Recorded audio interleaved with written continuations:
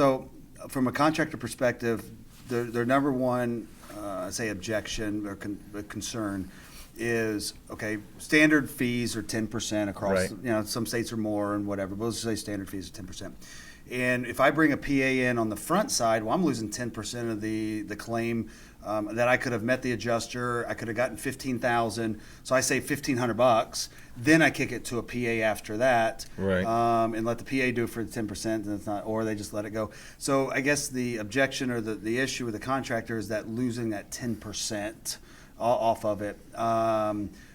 But in your experience, by coming on the front end, how much are you able to increase the claim?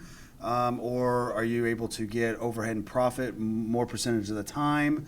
Are you able to make that claim better at the beginning than you are if you come in the middle or even the end? So I haven't settled a claim without overhead and profit in my career.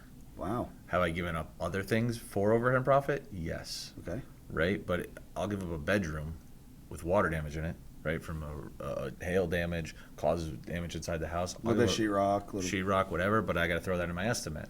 I'll give away that room in a second because it's, let's say, $1,000 or $1,500 added to it. They see it as a give, right? I've given them something, and now I'm going to take overhead and profit. Absolutely. Right?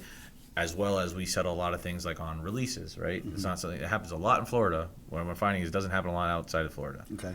Right? So they're way willing to listen to me, like, hey, I'll sell this on a release, but we got to get a good number. What do you mean a release? Like, I'll release you from this claim, but we got to sell it right. Right. So now they're like, oh wow, you have to waive my liability of this claim completely.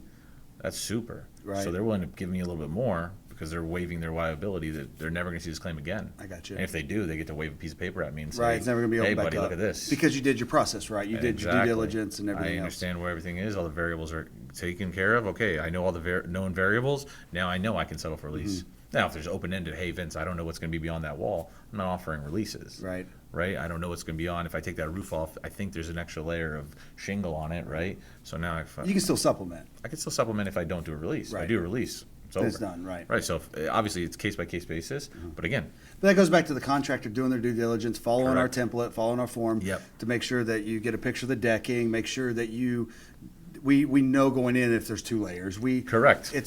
We Kn- rely knowing all the on that variables. contractor Correct. to provide us the data needed to fight the claim through it. So if we have to do the release, it's done correctly and it's fine. exactly.